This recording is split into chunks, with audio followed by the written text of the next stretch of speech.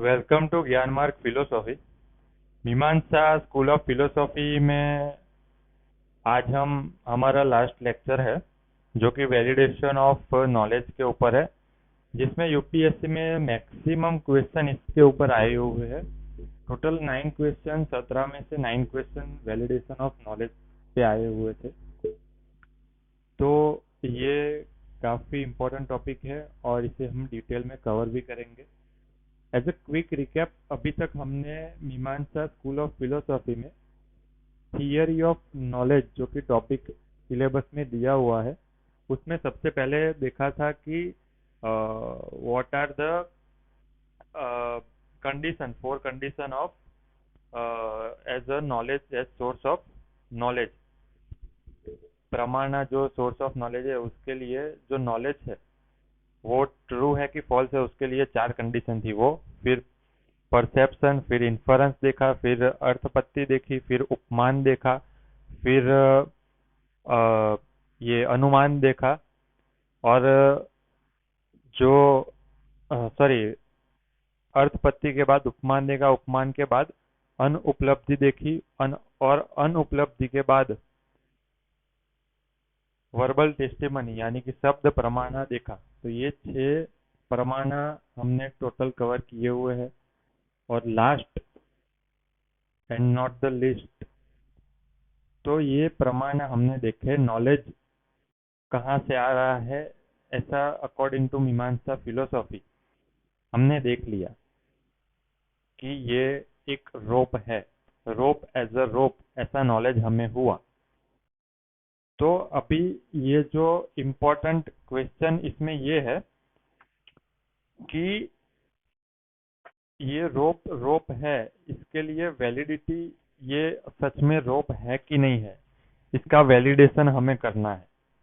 तो इसके लिए मीमांसा फिलोसॉफी ने ऐसा बताया है कि इस ये रोप रोप है, ये प्रूव करने के लिए दो चीज है। एक तो कि हमारी आंखें यानी कि ऑर्गन, सेंस ऑर्गन जो है वो ठीक से काम करने चाहिए, और दूसरा कि external factor as a lightning, जो कि बराबर लाइटनिंग उसके ऊपर होनी चाहिए, तभी हम किसी ऑब्जेक्ट को देख पाएंगे और उसका नॉलेज ले पाएंगे।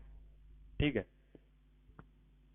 तो अभी एक सेंस ऑर्गन वो है इंटरनल है और लाइट एक्सटर्नल है। तो क्वेश्चन ये आता है कि ये हमारा जो नॉलेज है वो किस पे डिपेंडेंट है, इंटरनल ऑर्गन इंटरनली डिपेंडेंट है या इंटरनल फैक्टर के ऊपर डिपेंडेंट है या कि एक्सटर्नल फैक्टर के ऊपर डिपेंडेंट है। तो इसका जवाब मीमांसा ने ऐसा दिया कि प्रमाणम स्वतः उत्पादयते, और दूसरा ऐसा बोला कि प्रमाणम स्वतः ज्ञायते।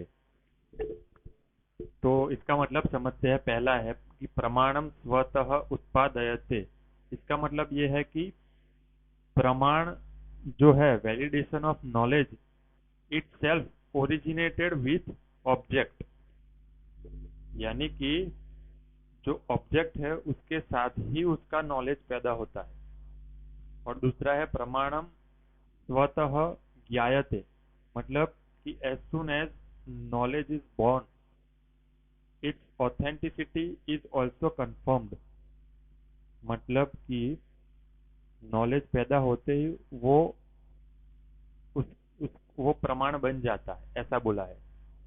तो ये दो इम्पोर्टेंट चीज है कि प्रमाण जो है ऑब्जेक्ट के साथ ही वैलिडेशन ऑफ नॉलेज पैदा होता है, और नॉलेज जब भी पैदा होता है तब वो वैलिड हो ही जाता है, यानी कंफर्म हो ही जाता है।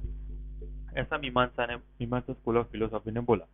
इसका मतलब ये है कि ये जो नॉलेज है वो इंट्रिंसिक वैलिडेशन ऑफ नॉलेज की थियरी को सपोर्ट करता है, यानी कि स्वतः प्रमाण्यवाद, यानी कि validity of knowledge is based on intrinsic factors. ठीक है। तो अभी एक क्वेश्चन ये आता है कि ठीक है, चलो वैलिड नॉलेज इंट्रिंसिक फैक्टर के ऊपर वैलिड है कि रोप जो है वो रोप होते ही उसका नॉलेज रोप जैसा पैदा हो जाता है और वो वैलिड भी हो जाता है। लेकिन सब्सिक्वेंटली जब उसके ऊपर लाइटनिंग पड़ती है तो वो सांप के जैसा दिखता है, यानी कि सांप दिखता है हमें। तो ये तो फिर सब्सिक्वेंट नॉलेज ने प्रीवियस नॉलेज को रिजेक्ट कर दिया ना, तो ये तो अप्रामाण्यवाद हो गया। तो इसलिए मीमांसा स्कूल ऑफ फिलोसॉफी ऐसा बोलते हैं कि इनवैलिडेशन ऑफ नॉलेज जो है वो एक्सटर्नल फैक्टर के ऊपर डिपेंडेंट है। ठीक है, इसके लिए इसको बोलते हैं परतः, यानी कि एक्सट्रिंसिक अप्रामाण्यवाद, यानी कि invalidation of knowledge, extrinsic invalidation of knowledge. ये मीमांसा स्कूल ऑफ फिलोसॉफी सपोर्ट करती है। ये हो गया मीमांसा का validation of knowledge.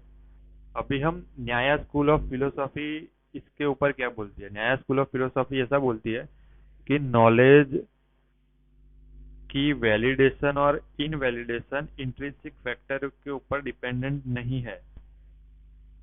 External condition है वो नॉलेज को वैलिड और इनवैलिड बनाती है। वैसे तो नॉलेज न्यूट्रल होता है, बट जो एक्सटर्नल कंडीशन है वो इसको वैलिड और इनवैलिड बनाती है। इसीलिए न्याय स्कूल ऑफ फिलोसॉफी परतः प्रामाण्यवाद, यानी कि external validation of knowledge, and परतः अप्रामाण्यवाद यानी कि एक्सट्रिंसिक इनवैलिडेशन ऑफ नॉलेज को सपोर्ट करती है। यानी कि रोप जो है उसके ऊपर लाइट पड़ती है, इसीलिए वो रोप दिखती है, तो वो वैलिड नॉलेज है। और रोप के ऊपर लाइट पड़ने से वो स्नेक दिखता है, तो वो एक्सटर्नल फैक्टर ही है जो इसको इनवैलिड बनाती है। तो फिर इसका जवाब देते हुए मीमांसा स्कूल ऑफ फिलोसॉफी ने ऐसा बताया कि ठीक है कि एक नॉलेज है वो एक्सट्रिंसिक फैक्टर के ऊपर डिपेंडेंट है, यानी कि वैलिडेशन ऑफ परसेप्शन के लिए हमें आई के ऊपर डिपेंडेंट होना पड़ता है। तो आई जो है वो बराबर काम करती है, उसके लिए डिपेंडेंट होना पड़ेगा कि डॉक्टर जो है उसकी क्रेडिबिलिटी के ऊपर। तो डॉक्टर की क्रेडिबिलिटी किसी और चीज पे डिपेंडेंट होगी, तो ऐसे एक्सट्रिंसिक फैक्टर भी किसी और पे डिपेंडेंट होगा, वो किसी और पे डिपेंडेंट होगा, तो वो हो जाएगा इनफाइनाइट रिग्रेशन हो जाएगा। जो infinite regression will be result in scepticism. तो इसलिए मीमांसा स्कूल ऑफ फिलोसॉफी ने वो रिजेक्ट करने के लिए ये इनफाइनाइट रिग्रेशन वाली थियरी दी है। और उन्होंने बताया है कि बिलीफ जो है, belief is normal and disbelief is exceptional, ऐसा उन्होंने एक सेंटेंस दिया था।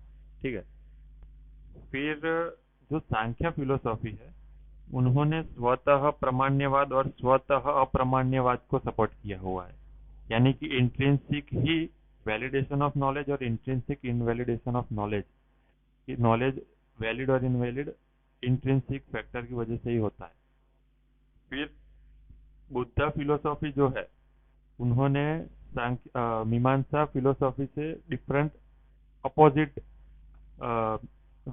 नॉलेज को, वैलिडेशन ऑफ नॉलेज को एक्सेप्ट किया है, यानी कि स्वतः अप्रामाण्यवाद और परतः प्रामाण्यवाद, यानी कि एक्सट्रिंसिक वैलिडेशन ऑफ नॉलेज, कि नॉलेज को वैलिड एक्सट्रिंसिक फैक्टर करते हैं और उसको इनवैलिड करने के लिए इंट्रिंसिक फैक्टर लगते हैं। ऐसा बुद्धिज्म फिलोसॉफी ने बताया था।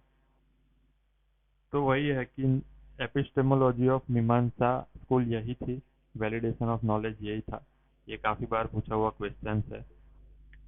और एक छोटा सा थियरी ये है कि थियरी ऑफ एरर, यानी कि जो नॉलेज है उसको लेने में कोई एरर हो जाता है तो उसे थियरी ऑफ नॉलेज यानी कि क्षति यानी कि ख्यातिवाद भी बोलते हैं उसको।